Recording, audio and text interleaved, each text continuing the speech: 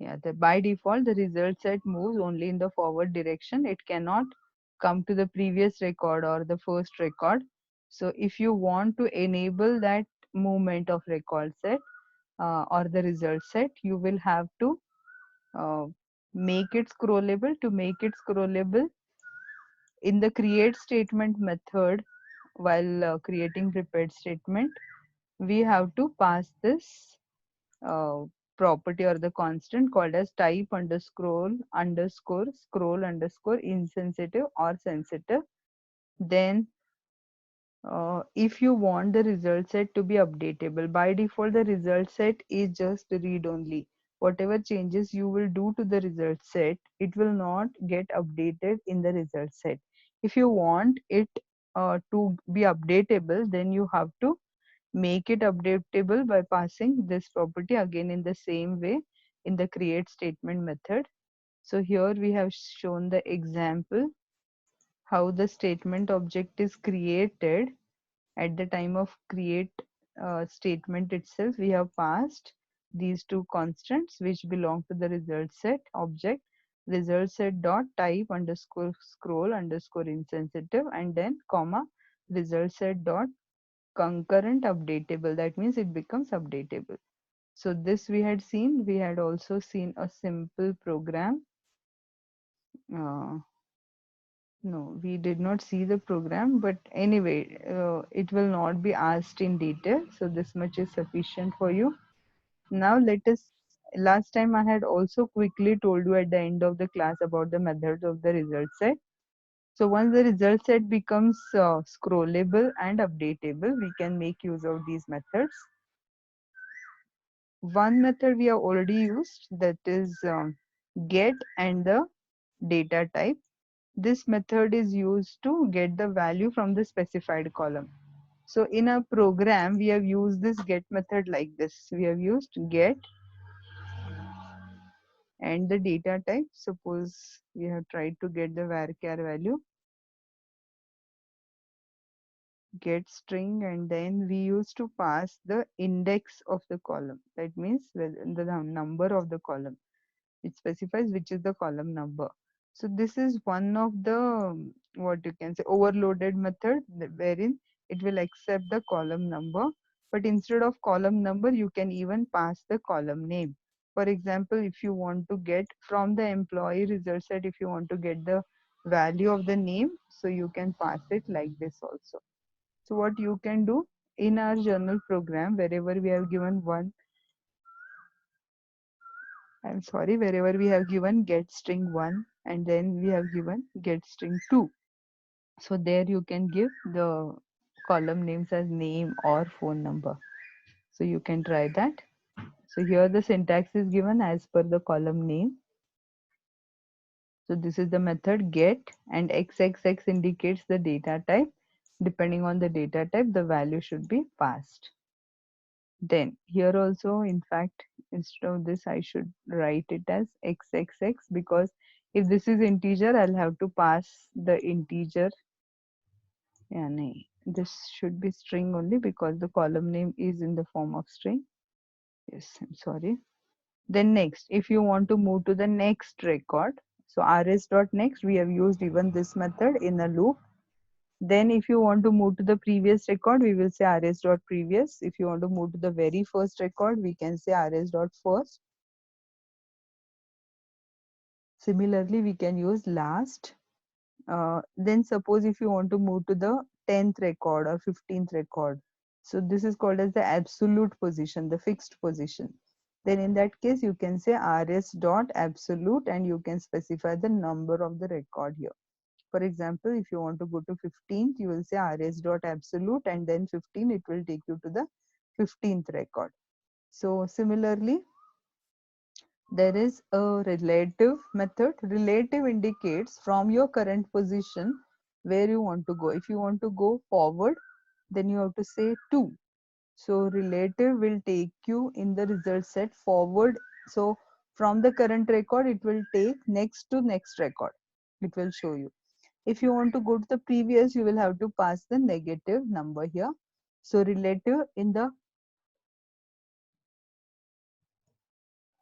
backward direction, to take it in the backward direction, you have to pass the negative value.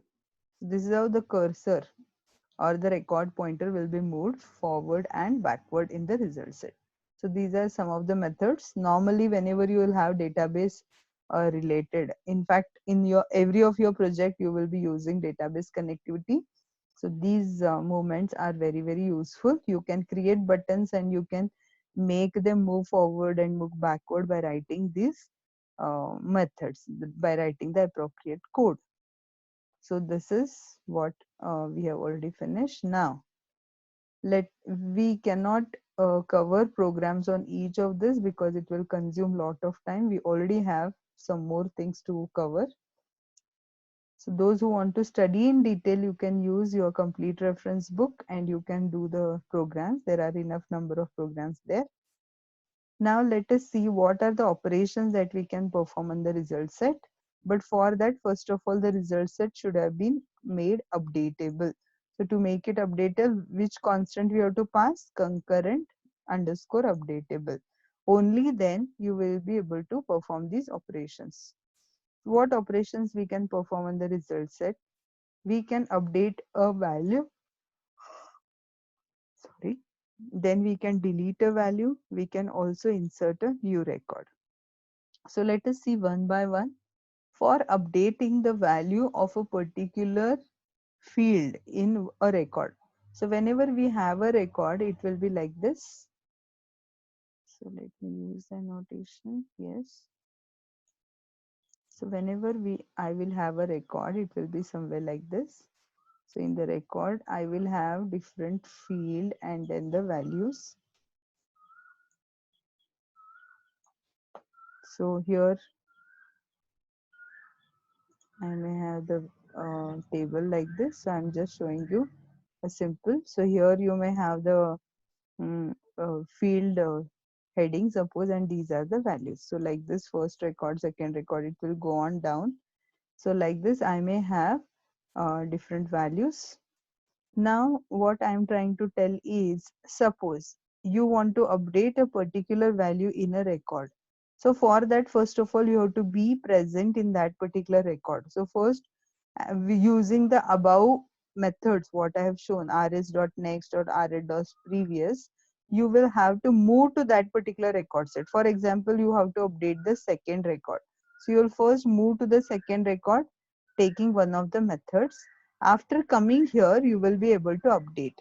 So for updating a particular value, for example, you may want to update the first column value or the second or the third. So whichever column value you want to update, for that you will be using this code. So let us see how to update the values in a row.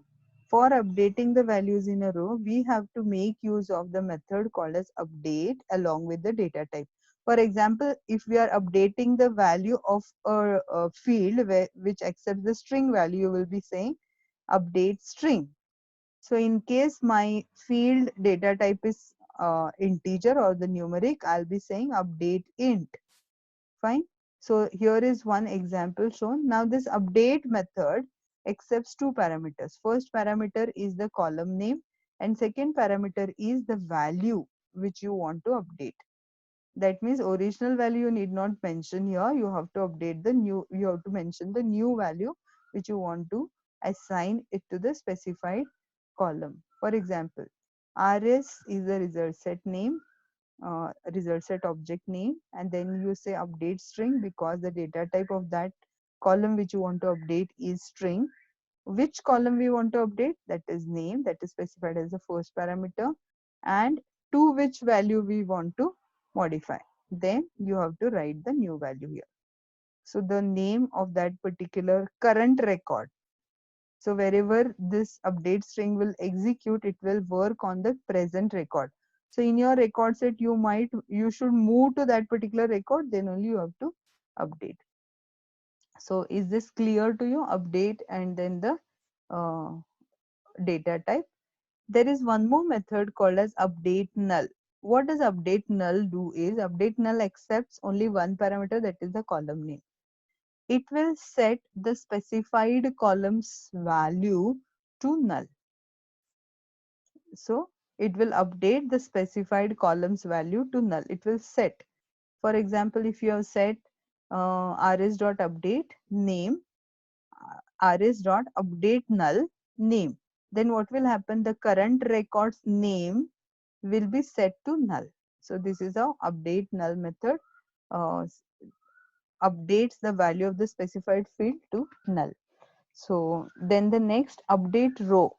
So suppose as I shown you in the previous page, here you have a record in which you might have many values.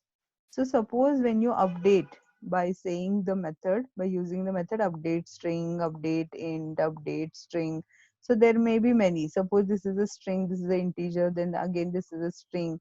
So likewise, you may update multiple values in the same record. So after you have updated individual values, finally you want to update the entire record. In the sense, whatever changes you have done, you want to make them permanent. Then in that case, you will be using a method called as update row. It is always recommended that whenever we use update string or update null, we should use update row also. After we have modified individual values, it's better to update the entire row once. So here is one example. Of course, that example doesn't seem much logical, but still. Uh, Now, suppose in my table I want to update a particular record's name. So these are the connectivity steps. I have loaded the driver, then I created connection object, then I created statement object, and I have made it updatable. So this is very important. So whenever you show any updation, you have to open the result set in the updatable manner. Otherwise, it will not work. Then I have just executed the query select staff from employee, and all my employee records have arrived or are stored in the result set whose name is RS. Now from this result set, what I want to do, if rs.next. So I'm just, if the next record exists. See here I have not used a loop. Presently I may be at one particular pointer. I'm just checking whether my next record exists. If it exists, I want to update the next record's name to Sham. So I'm using rs.update string because the data type is string. Then I specify the column and I specify the value. So once I have updated the individual value, it's better, as I told you, I have must update the row, and then I give a message. I'm just printing the updated value here. rs.getString1, rs.getString2. So whichever are the columns. So here it is name and here it is phone number from the employee table. So it will print. So and then I can close the connection. So this is not happening in the while loop. I have just checked whether the next record exists, and only when it exists, I'm just going to modify it.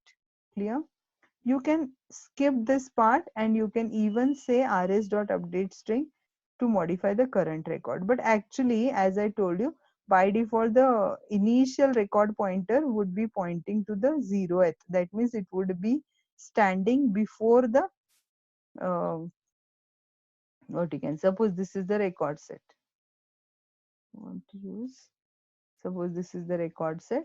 Always my row pointer would be pointing above the first record. So if you just directly before saying next, if you try to update, nothing will be updated and you may get an error. So always it is important that you move to the next record. So next will take you to the very first and then you update. So that's why I'm checking whether the record exists and then I'm trying to update. Clear? So this was the example. Then for deleting a row, similarly, as you use your update method, similarly here we make use of delete row. As you all know that whenever I have my table or the record set, I cannot delete a single value. You may be able to update a single value, but you cannot delete a single value. For example, if I have multiple values here, you can't delete a single value, isn't it? You will have to delete the entire row itself. This is the specialty of the delete command. So that's why here we have the method called as delete row. We don't have delete string or delete int. We have to delete the entire row and we have to specify which row to delete. So delete row If you do not specify parameter 0, uh, then that 0th parameter indicates that you want to delete the current row. By standing at one particular, whenever you, whatever may be your record pointer position, you want to delete a particular record, then you have to specify that record number by passing it as a parameter like this. So this is how you can delete a particular record in a result set. If you want to insert, so insertions normally happen at the end. So they are like appending to the existing record. So insert row is a method, and you have to pass the values like this. So before insert row, what you have to do is, yeah, instead of update row, here you will have to just make it as insert row. In your notes also, I will have to modify. So rs dot insert row. Before inserting a new row, you will have to again update the individual values. So you need not say rs dot next and just say update string, and then say insert row. So these updated values will be inserted as the new row.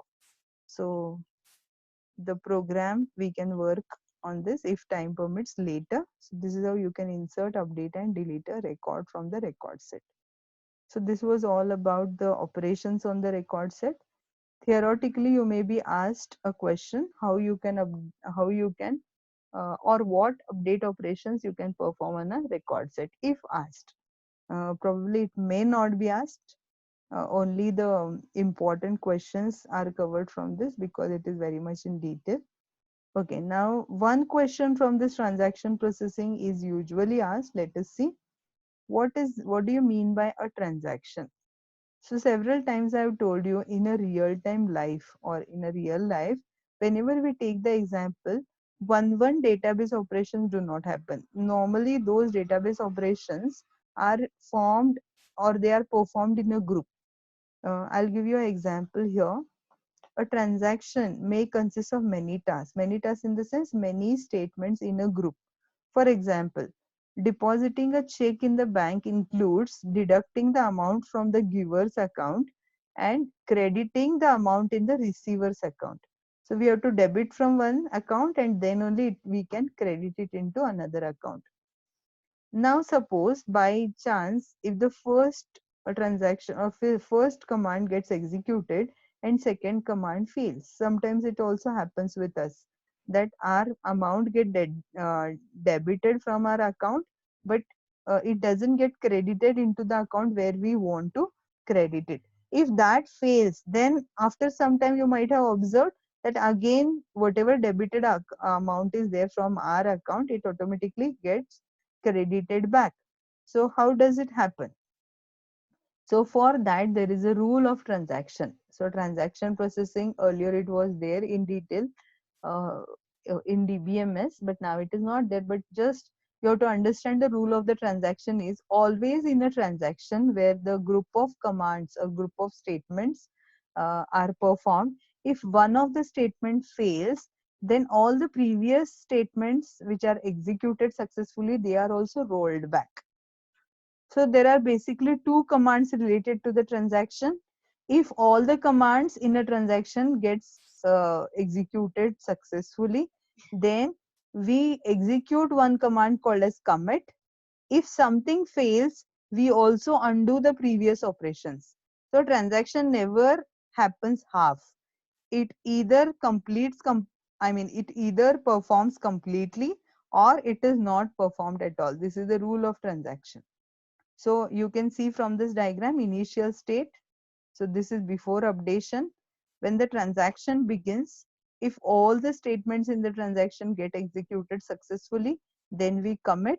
If something fails, we roll back and we go back to the previous state, initial state again. So for this, basically there are some methods which are used. First method is commit. What does commit do? It completes all the transaction, it saves all the transaction. Rollback cancels the transaction till the last commit. So far I have, of course, I don't teach DBMS to you people. In 4B, whenever I have taught them commit and rollback. So what does rollback do? Rollback will roll back till the last commit. That's what I have told. But initially we tell like that because we can't cover it in detail. But now here we can come to know there is one more point, one more, what you can say, command called as set save point. In the sense what? So let me just tell you one example here. I want to insert a table at this particular point. Okay. Suppose this is the table. Now what I do is I have updated here, then I have updated here, and then I have updated. So when I have updated here, I am sure that these two updations are correct. And then once it is correct, either I can say commit or I can even set a save point. So that set save point is done with using this method. You can execute this method even at the SQL prompt. So how you can execute that method? Set save point, and you have to give the name of the save point. So once you give the name of the save point, like this, you can set several milestones. For example, here, assume that here I have given save point 1. So I'll just say SP1, and then this is suppose SP2, and let us assume that this is SP3. Now suppose I want to roll back. Normally, rollback will roll back only till the last commit. It can't roll back before that. This is what we know. So, I mean, up to now. But here, rollback can also be rolled back to the specified save point. For example, if I want to roll back all my transaction till my save point 3, so I can say rollback and then I say save point 3. Then it will automatically roll back all this and it will take me to the position where I have created a save point 3. So like this, rollback can also roll back till the last save point. So this was the additional thing what I wanted to teach you. Anyways, so you may not, yeah, so much in detail they will not ask exam point of view, but yeah, for your information you should know. Commit means saves, rollback means cancels till the last commit or till the last save point. Set save point defines the task of the transaction at which the rollback should stop. So it's like you can name those points, and you can create several save points. You can also release the save point whatever you have created. For example, you didn't want that save point to be there what you have created previously, so you can release or delete that save point. The method used is release save point. Yes. And then uh, by default, suppose every transaction if you want to be committed, then you can use this method called as set auto commit, and then you can say true. That means automatically whatever commands you execute, they will be committed by default. So this is also you can use even this. um, yeah, so if you want to use such program, or if you want to give this program, the program will remain same like before. uh, we can use the same program where we have inserted a record or updated a record, and after we have inserted the record we can just say rs dot commit, so that will commit the value. So it is always a good recommended process that after you update or insert new record you should commit, otherwise the record will not be saved permanently. So this was all about transaction processing. So exam point of view, if they ask you the commands related to transaction processing in JDBC, you'll be writing commit, rollback. This is very easy to remember. Then another command is set save point, and similarly you have release save point. Then there is one more fifth command, that is method, I mean to say, that is set auto commit, and then you have to pass the boolean value whether you want to make it true or false. So these are the 5 methods of the transaction. Then the last part which I want to cover is metadata. As last time I have told you, metadata is nothing but the data about data, such as username, constraints, or the number of columns in a database, etc. All this is metadata. This metadata is of two types. Now, you have to understand that whenever, now suppose I'll just show you with the annotation again. Suppose here is my Oracle. So I just type here. This is my Oracle. That means it is my database. And this is my Java.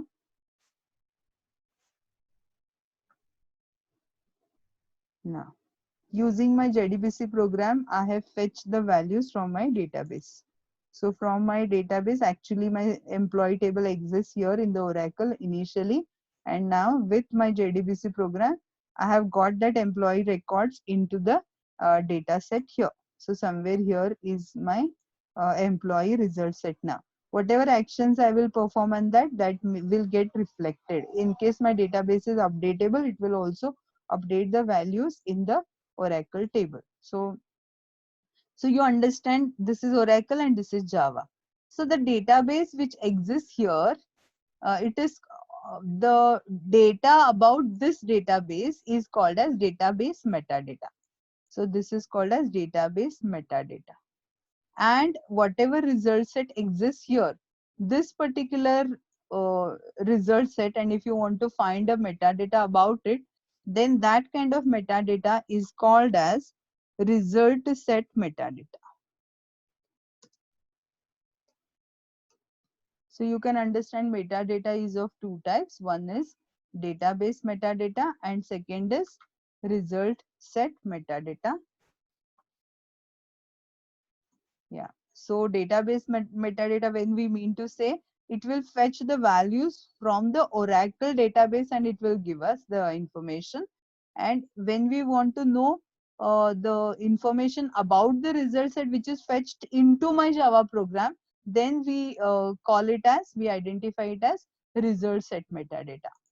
So like these two types have got different methods associated with that. So let us first understand about the database metadata. So database metadata, to deal with this metadata, we have a special interface called as database metadata, similar to our classes. Now this database metadata, we can create instance of it and we can retrieve the information about my database, what tables are there in my database, what columns it has got, what indexes it has got, etc. So let us see how to create the object of database metadata. Database metadata object can be created by calling get metadata method of connection object. So as we create our statement object, similarly we can create database metadata object. The name I have given as DBM indicates database metadata, and it gets created when I call get metadata method of connection object. So con.getMetadata will give me a metadata object, database metadata object, and that will be created. I have to give that class name, then object name, and then it will get created like this. Got it? Always remember whenever we create object of the interface. So many of you might have got this question. Interfaces cannot be instantiated. Interface ka object we cannot create. But then how we are creating? So whenever we come across any interface whose object we are creating, we are not using new. You can understand here. We are not using new. That means new and then the constructor will not be present for the interface. So whenever any reference of it we create, we always create it with the help of any other class and its methods. Sometimes they are also known as factory methods. What do they mean? We will cover it in our networking chapter. Anyways, right now let us know that we can create a database metadata object by using get metadata method of connection. Once we have got the DBM, which information, what type of information we can access from the metadata, we can find the username. There could be multiple usernames. It will also retrieve. So I have to say dbm dot get username. It will give me the name of the user. Then get database product name, whether it is Oracle or SQL Server or MySQL. All this product name also it will give when I say dbm dot get database product name.